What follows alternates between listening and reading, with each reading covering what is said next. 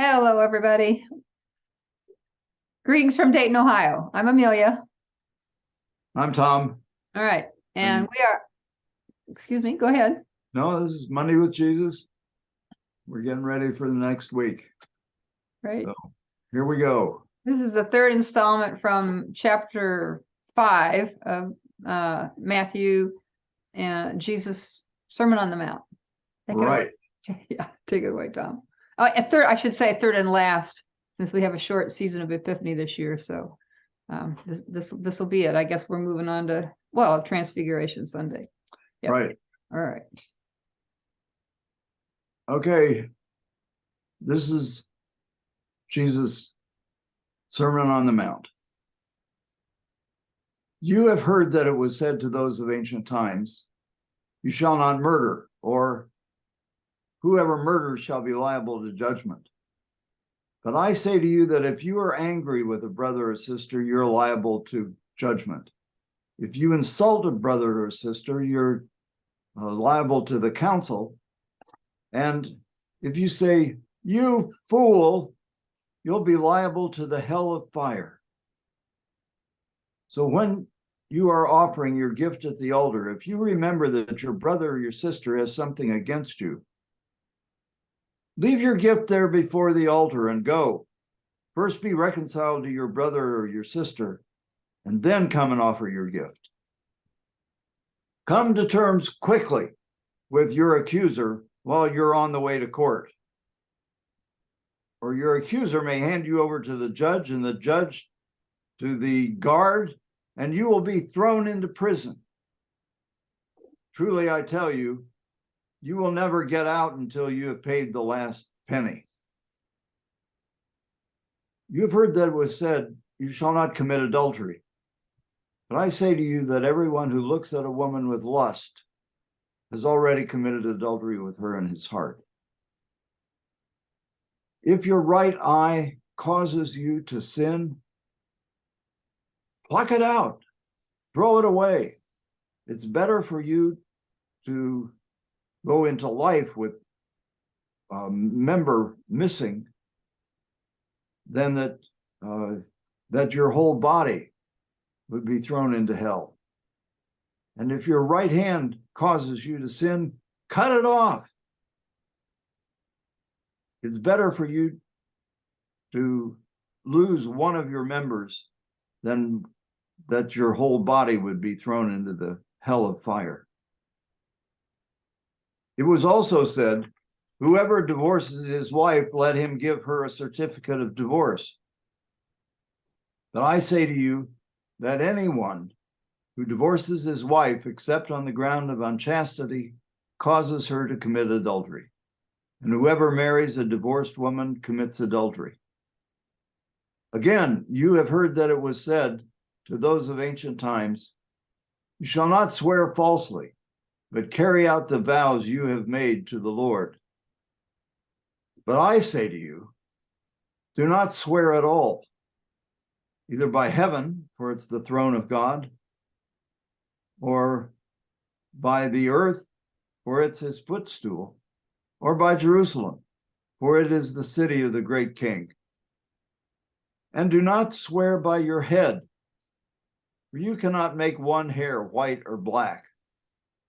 Let your word be yes, yes, or no, no.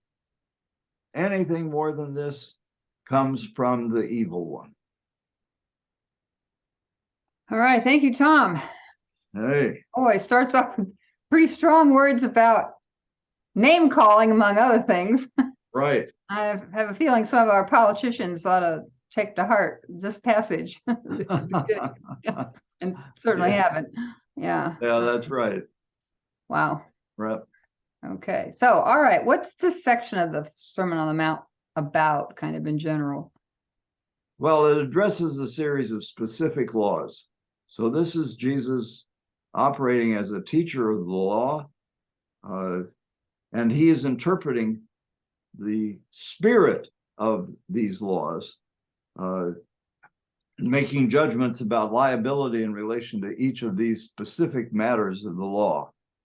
And they all have a similar formulaic introduction, you've heard that it was said, but I say to you.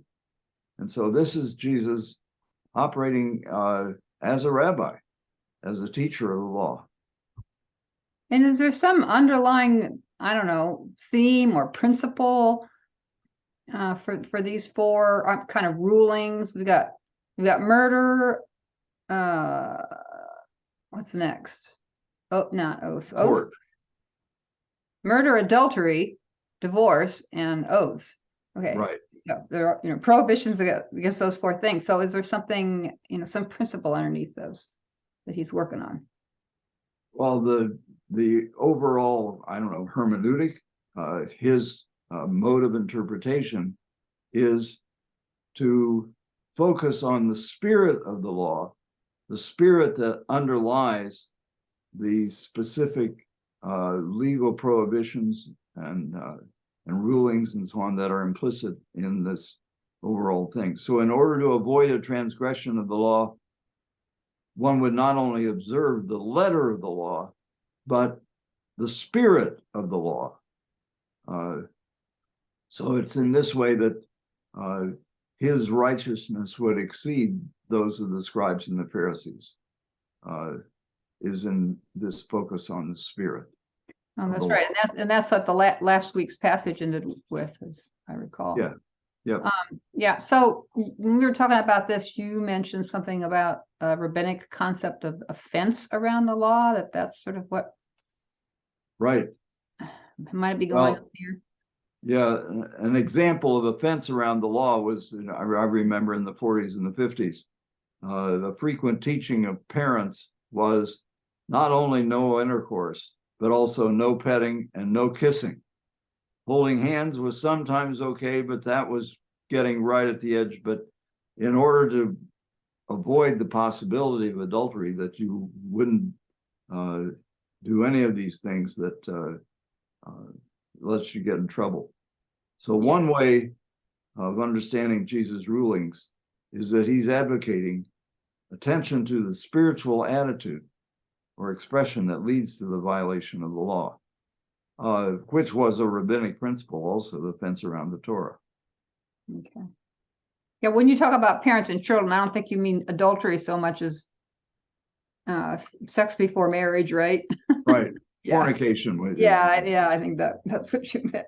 Okay, so each of these is a ruling or a prohibition against something. Let's just take them one by one. The first one has to do with murder. You shall not murder.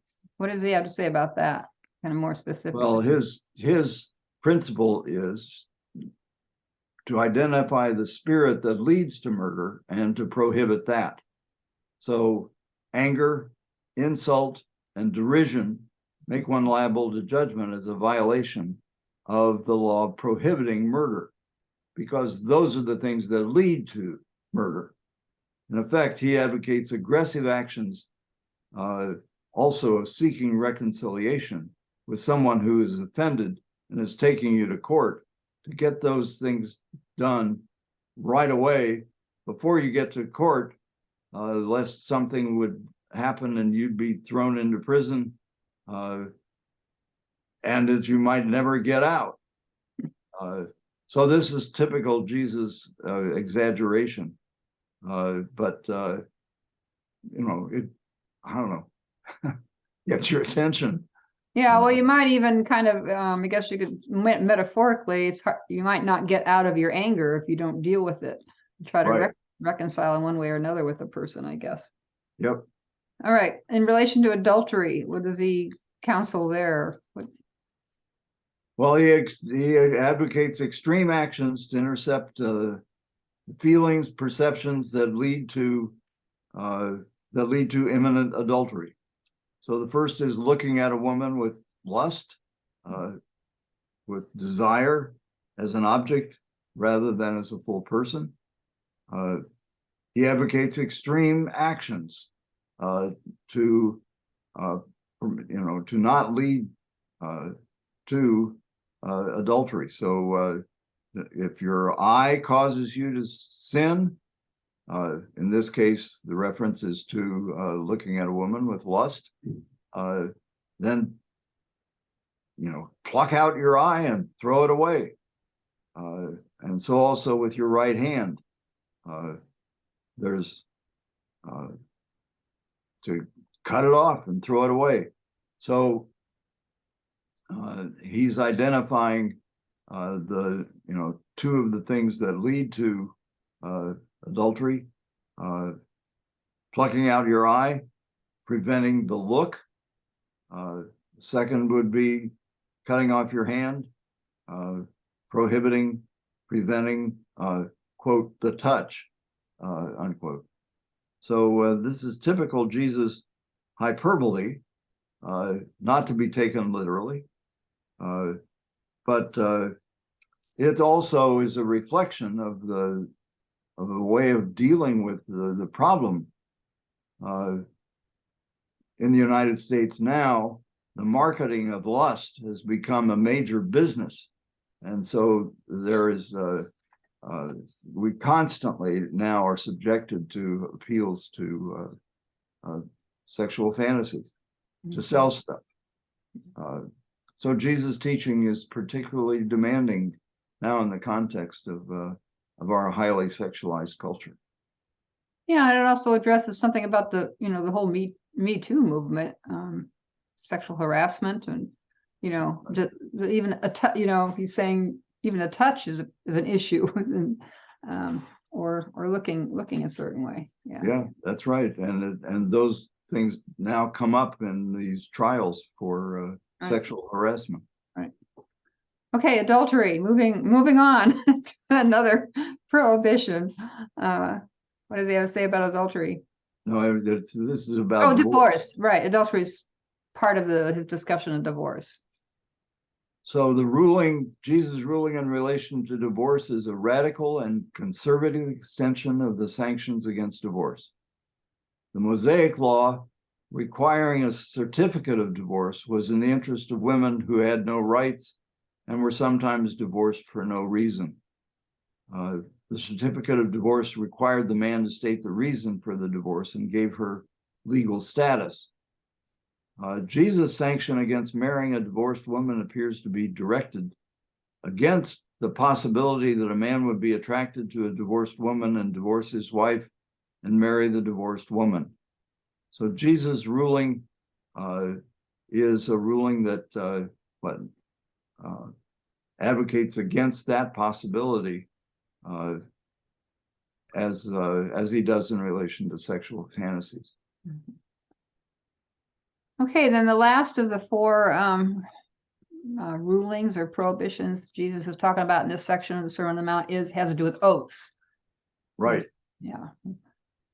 So apparently the taking of oaths was, a major protestation. I swear by that I will not, or I will da da da da da. And so Peter's oath swearing that he didn't know Jesus might have been accompanied by something like, I swear by my hand or something.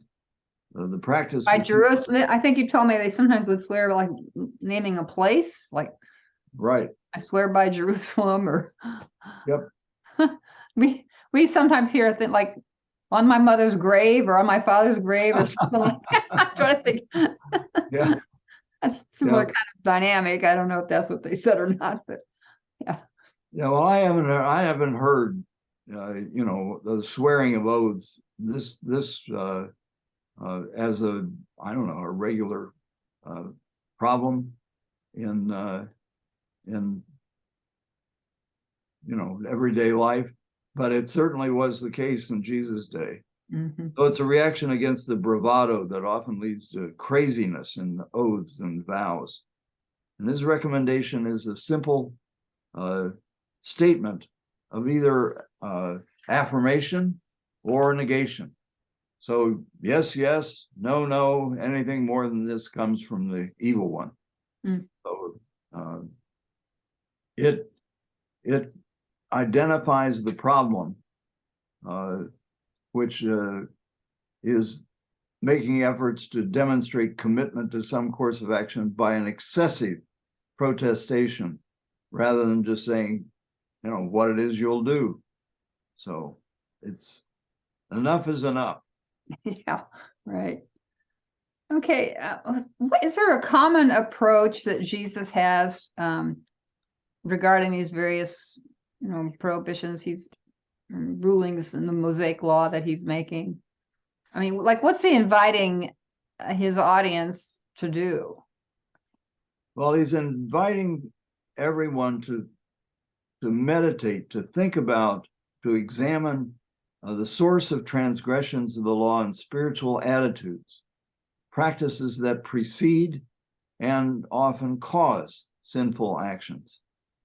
The Ignatian practice of the examination of conscience is an extension of this overall recognition, but it's an invitation that's present in relation to all spiritual direction and spiritual examination. The examination of the conscience, the examination of thinking about and identifying the feelings that and the spiritual attitudes that underlie these specific issues. So the invitation is to reflect about one's own self. What's going on in your mind, in your spirit? And Jesus is steadily pushing us to think back into the interior regions of our minds and spirits, to examine our internal motivations with uncompromising honesty, to not play games with yourself, but to examine your conscience in detail in relation to feelings and attitudes and so on. So because those our feelings, what we think, impacts our behavior. Right. Yeah. Right. They are the source of the problems that happen in regard to the transgressions of the law. Right. So that's Jesus. And that's a very, that's a contemporary understanding. So there's a lot of, one of the ways we change behavior is changing our thinking, which isn't that easy. But first of all, it involves being aware of what you're feeling and what you're thinking, and then asking, just like you said, examining the rightness or wrongness of those attitudes and feelings and thoughts. Yeah. So you can think of these things as Jesus teaches them as a process, of an internal process, a way of checking out what's going on inside me. And where is that going to lead? He's suggesting this is where certain particular feelings and thoughts will lead. Right. So, yeah. All right. Well, thanks, Tom. Thanks, everybody, for watching us. Have a good week, and pay attention to these significant prohibitions, and not just the actions, but the feelings that underlie them. Yeah. Okay. Yep. Bye, everybody. Bye.